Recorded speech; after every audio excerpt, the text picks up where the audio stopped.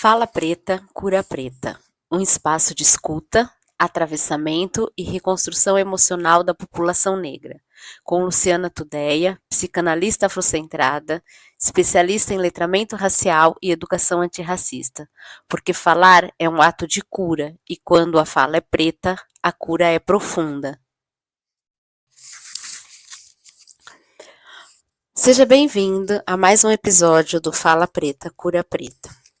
E hoje a gente vai falar sobre um tema que precisa sair do campo do tabu e ganhar nome, forma e palavra, que é o trauma racial.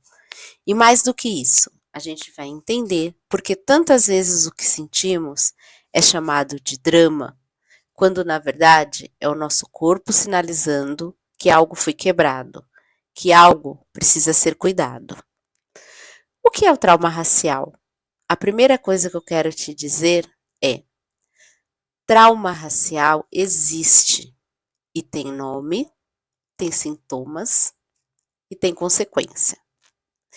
O conceito de trauma racial ganhou força nos últimos anos, principalmente a partir dos estudos da psicóloga doutora Joy DeGruy, que desenvolveu a teoria da síndrome de pós-traumático da escravidão, que é um conjunto de sintomas emocionais, comportamentais e espirituais herdados por gerações de pessoas negras que viveram a escravidão e o racismo sistêmico.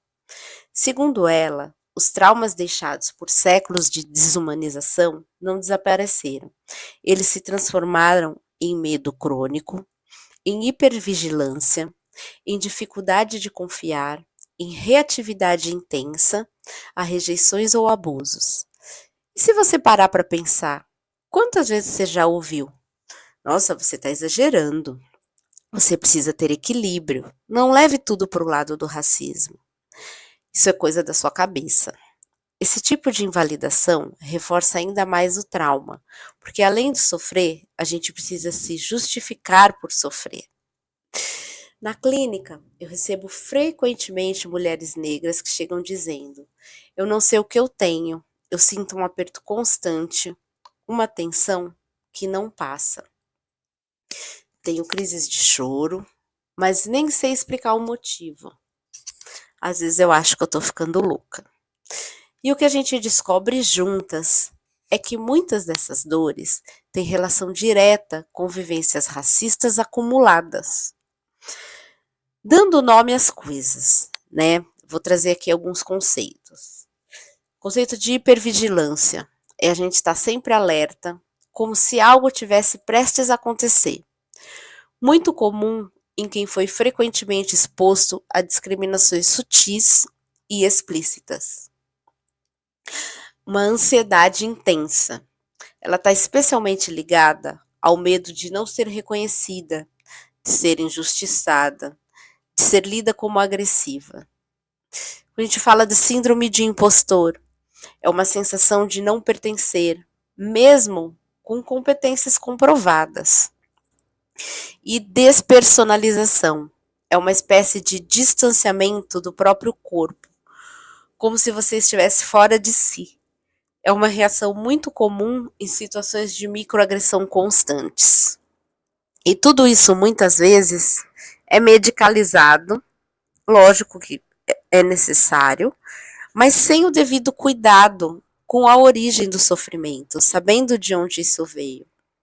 A médica e escritora Camila Cetrone afirma que o racismo é uma das maiores causas de sofrimento psíquico coletivo no Brasil.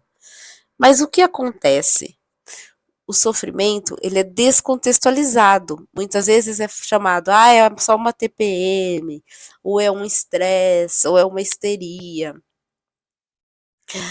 E a sociedade deslegitima o trauma racial, né? E essa deslegitimação tem várias faces. Ela se manifesta quando um estudante negro é desacreditado, quando ele relata racismo. Uma mãe preta é tida como nervosa quando ela cobra justiça. Quando um homem negro, quando expressa sua dor, é lido como fraco ou como emocional demais. Essa cultura do silêncio é parte do que a filósofa Grada Quilomba chama de epistemologia da ignorância. ali uma produção deliberada, de não saber sobre o sofrimento do outro. Isso também acontece nas instituições de saúde mental. Estudos mostram que pessoas negras são menos encaminhadas para a terapia e mais medicadas. São mais frequentemente diagnosticadas com transtornos psicóticos, mesmo quando apresentam quadros compatíveis com ansiedade ou com depressão. Ou seja, não é só sobre trauma, é sobre quem pode sofrer de forma legítima. E aí que a psicanálise afrocentrada propõe uma outra escuta, né? É aqui que ela entra como resposta ética e política, porque o que a gente precisa não é só de uma escuta técnica, é de uma escuta comprometida com a nossa história. A escuta afrocentrada, ela parte do princípio de que nossos sofrimentos não são somente desvios individuais. Eles são respostas legítimas a um sistema que nos fere desde cedo. A terapeuta e pesquisadora Bárbara Combs define isso como acompanhamento psicológico radical, ou seja, um cuidado que entende o trauma racial como parte do que precisa ser curado de forma coletiva. E essa escuta tem que incluir ancestralidade, espiritualidade, né, para quem desejar, redes de apoio afetiva, história racial pessoal e familiar, e a nomeação da dor como forma de libertação. E agora? O que a gente faz com tudo isso, né?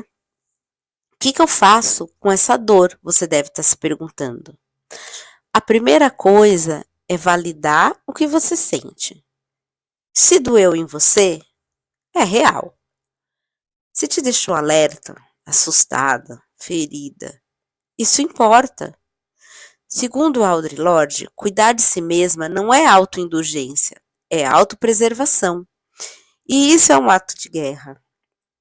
A segunda coisa é entender que você não precisa fazer esse caminho sozinha.